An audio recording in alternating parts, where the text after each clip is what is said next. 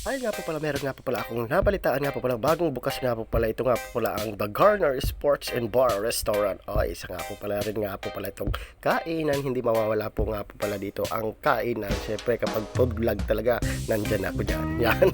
Pag grand opening nga po pala sila ng mga nakaraang araw nga po pala. At ito nga po pala, at dahil nga po pala, naimbitahan nga po pala ako ng aking kaibigan na si Chito nga po pala. Yan. At ito nga po pala si Chito. Sa mga hindi nga po pala nagdadala na ng lighter, yun, pwede nga po pala kayo doon sumindi at chores.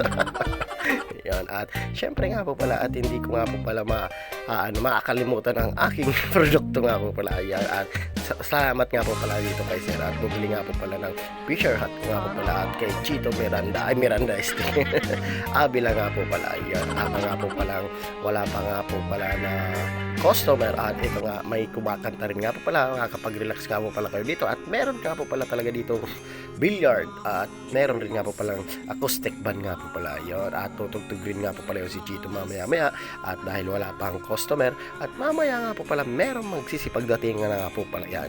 At habang nga po pala yung sila muna nga po pala ang nakikinig nga po pala nakikinig nga po pala ng kanta ng kanilang singer nga pala, at napaka ganda nga po pala ng boses nga po pala nito ni Sir. Yan, talagang kastigan talaga yan kumanta si Sir eh.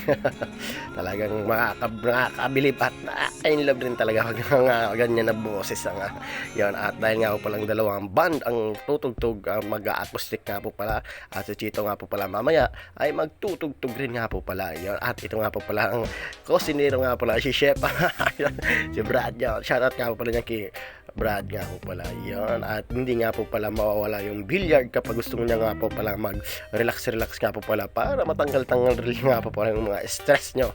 Sa mga gusto mag-games nga po pala, pagkakaalam ko nga po pala ay 70 pesos nga po pala ang bawat laro nga po pala dito sa, iwan ko kung plaza.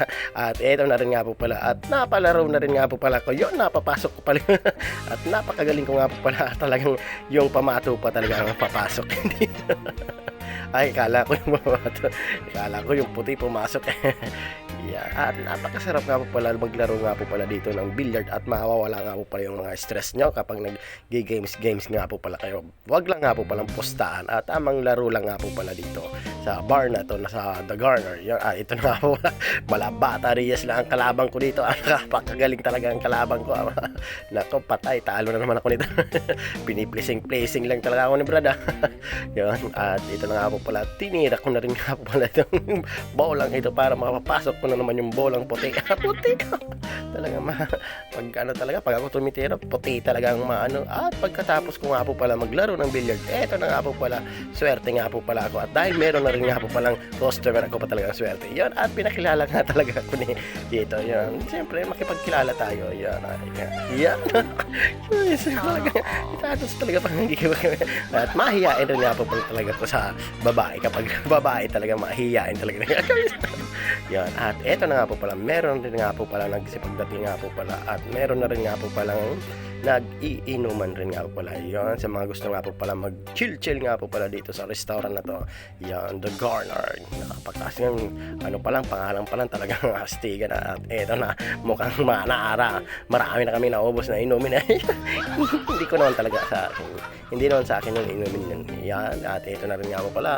Eto nga po pala ang area nga po pala ng The Garner nga po pala yun. At nandun nga po pala sa unahan yung Petrogas, at meron rin nga po pala nag-serve nga po pala dito mapupulutan, at meron rin nga po pala silang mga menu. Sa mga gusto nga po pala PM nga po pala, meron nga po pala silang page. Yan, i-search nyo lang nga po pala yung The Garner. At ito na nga po pala, nagtugtog na rin nga po pala si Brad na Chito, dahil nga po pala relaxan nga po pala yung mga sounds ni Brad na Chito. Mga simpleng reggae lang nga po pala dito. Talagang nakakamangha talaga pag ganyan talagang tugtugan. Nako Chito, baka may ma-inlove din sa yung chicks. Ay, talagang mga boses lang talaga ni Brad na Chito talaga. Chito na si Mito. Ay, Chito na si Mito. Dito na si Chito Avila. Yan, joke na nga po pala yun. Talagang talaga dito sa akin pag-vlog talaga. Seryoso dito. Talagang gusto ko happy. At sa mga gusto nga po pala mag-video, okay nga po pala yun. May pagkakaalam ko, libre rin ata yung pag-video, okay nga po pala yun. At pinalitan rin nga po pala ni Brad, yung yung si pare, ay si Sir. At kumanta na rin nga po pala si Sir. Ang pagkakaalam ko, pigta 3 set ata nga po pala Sir. Yeah! Nagpahinga-hinga na muna nga po pala si Brad na Chito. At mamaya-maya na naman nga po pala, magtutugtog na naman nga po pala sila ng second set nga po. Yan, si Brad. At marating nga rin nga po pala sila ate, Anggi nga po pala, si ate Leangie.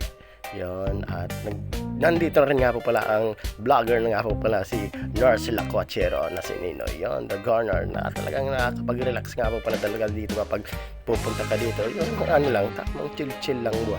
Yon, napakaganda nga po pala ang area at napakahalawak nga po pala. Yon, at kapag gusto mo nga po pala mag-inuman o at mahihiran rin nga po pala dito kapag gusto mo jam nga po pala sa singer nga po pala at pakantayin ka po pala, pero gusto ko na rin nga sana mag-duet kami ni Sir. Akala mo napakagaling kong singer, no?